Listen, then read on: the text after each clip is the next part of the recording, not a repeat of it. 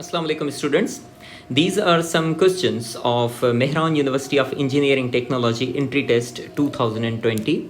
Question number 1. The modulus of minus 5 iota is, हम पहले z is equal to minus 5 iota लिखेंगे.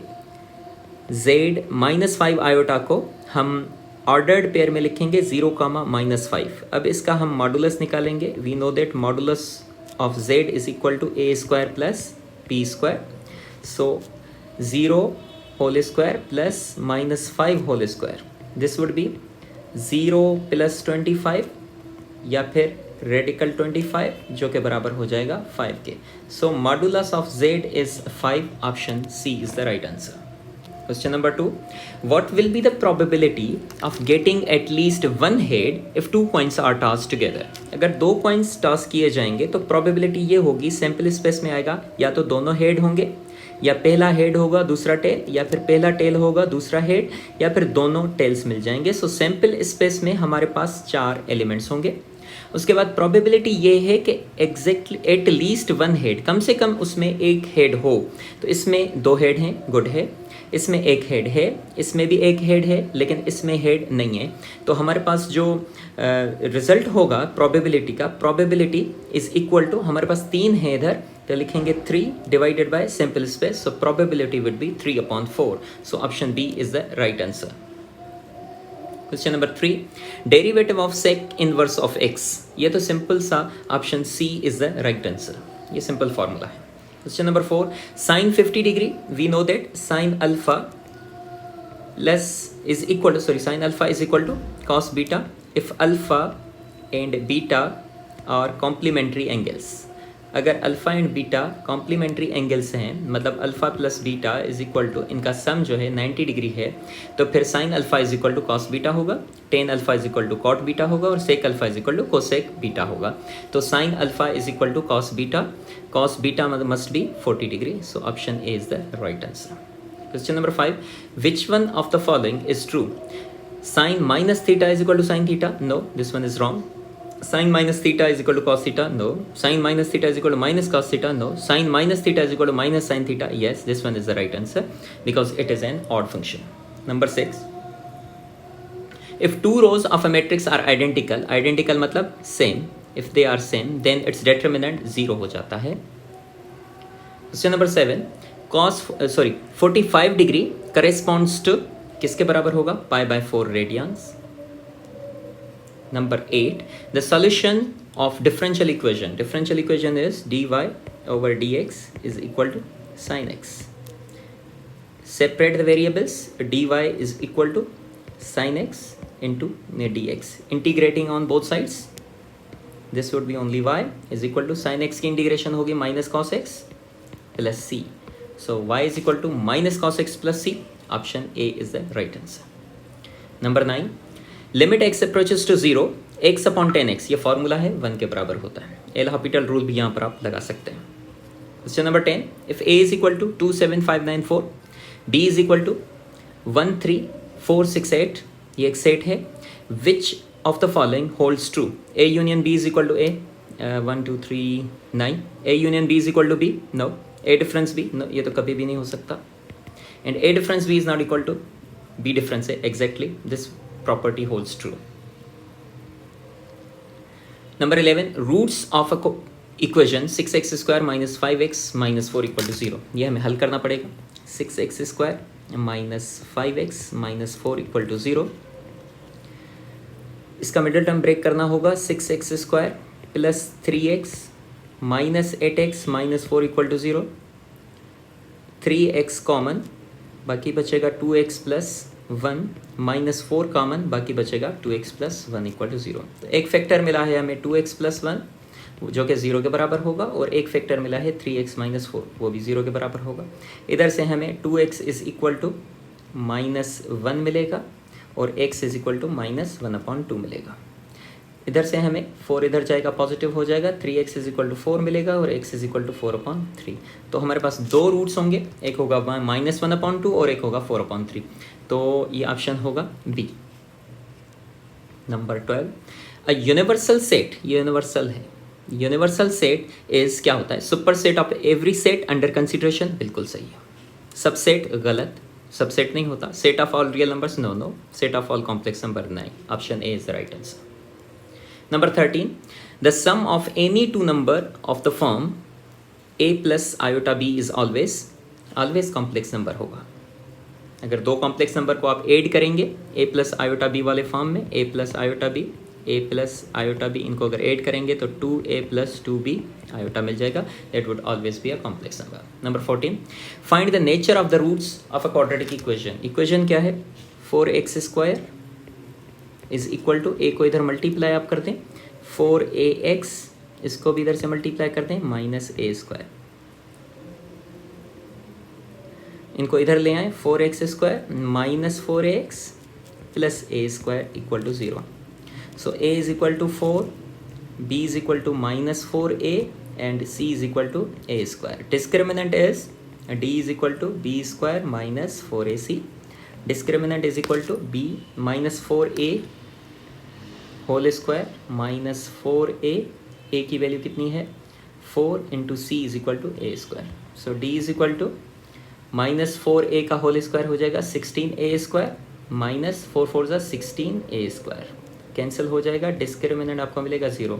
And if the discriminant is 0 then the roots must be real, equal and rational. So option A is the right answer.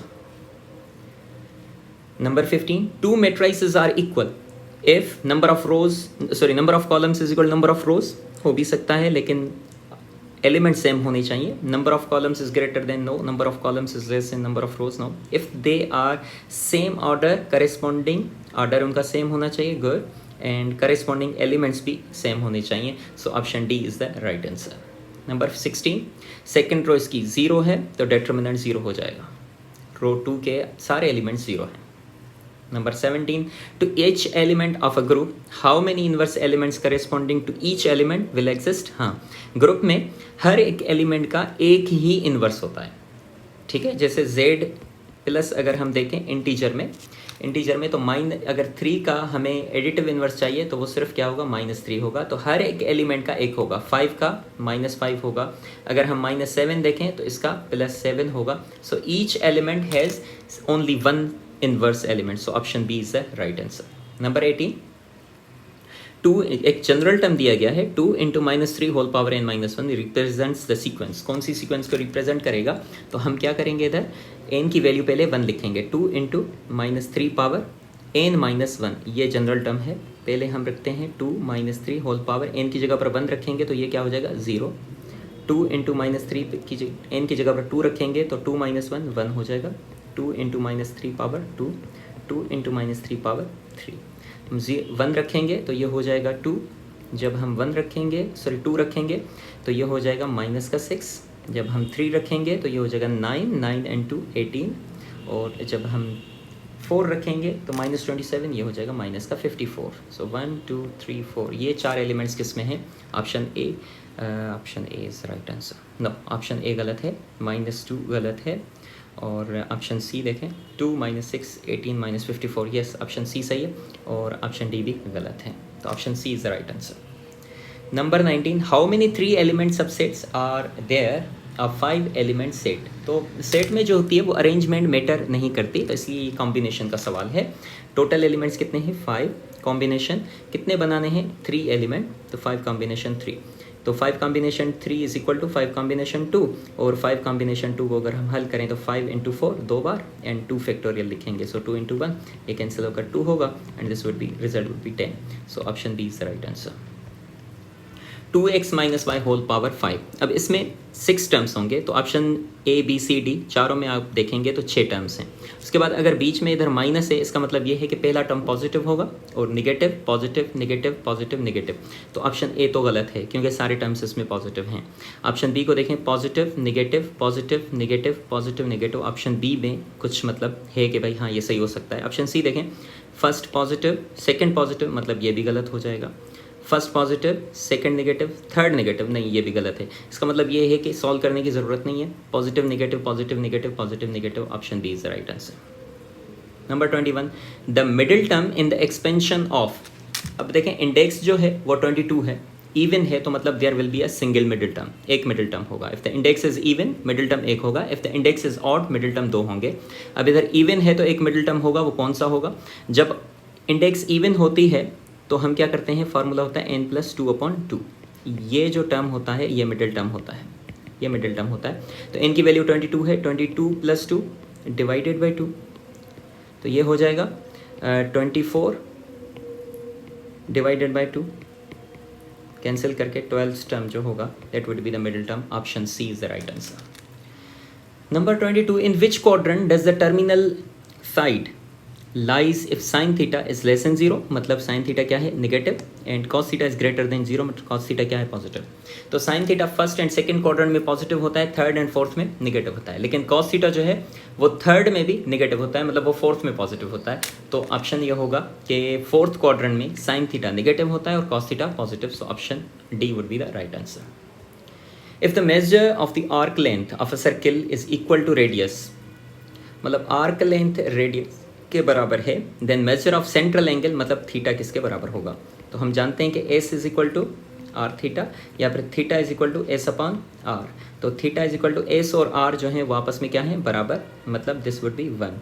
तो 1 radian बराबर होगा, क्योंकि denominator and numerator same, तो result क्या होता है, 1 होता है. तो 1 डिग्री तो नहीं होगा, हम क्या करेंगे, 1 रेडियन करेंगे, क्योंकि थीटा जो सेंट्रल एंगल है वो हम हमेशा सर्कुलर सिस्टम में मेजर करते हैं, सेक्साडेसिमल सिस्टम में नहीं करते. Number 24, sin 3x upon sin x minus cos 3x upon cos x. तो इनकी अगर हम LCM लें, sin 3x upon sin x minus cos 3x upon cos x, LCM होगी sin x cos x, cancel होकर sin 3x बचेगा, sin 3x और इधर से cos x होगा, माइनस इधर से cos 3x होगा और cos x कैंसिल, तो फिर sin x होगा. तो ये फार्मूला लग जाता है इधर sin alpha cos beta minus cos alpha sin beta. तो ये हो जाएगा sin alpha minus beta, alpha है 3x माइनस बीटा है x divided by sin x into cos x. अब ये हो जाएगा sin 3x minus cos x, ये हो जाएगा sin 2x divided by sin x cos x. sin 2x का फॉर्मूला है, sin 2x बराबर होता है 2 sin x cos x divided by sin x cos x. तो अब इधर कैंसिलेशन हो जाएगी, sin x cos x sin x cos x cancel, बाकी बचेगा 2. So result would be 2. Option C is the right answer. Last question, the vertex of parabola y - 3 whole square is equal to -8x - h x - 4 whole square. तो इसको हम compare करेंगे, y - 3 whole square is equal to -8 into x - 4 whole square. Compare करेंगे y - k whole square is equal to -4a into x - h whole square. तो आप देखें vertex जो होती है पैराबोला की, व्हेन नॉट एट ओरिजिन, तो वो होती है h, k. तो h की वैल्यू यहाँ से अगर आप देखें तो h बराबर है 4k और k बराबर है 3k. h is equal to 4, k is equal to 3. So vertex would be 4, 3. This would be the right answer. Option B. Option B is the correct answer. So there were 25 questions.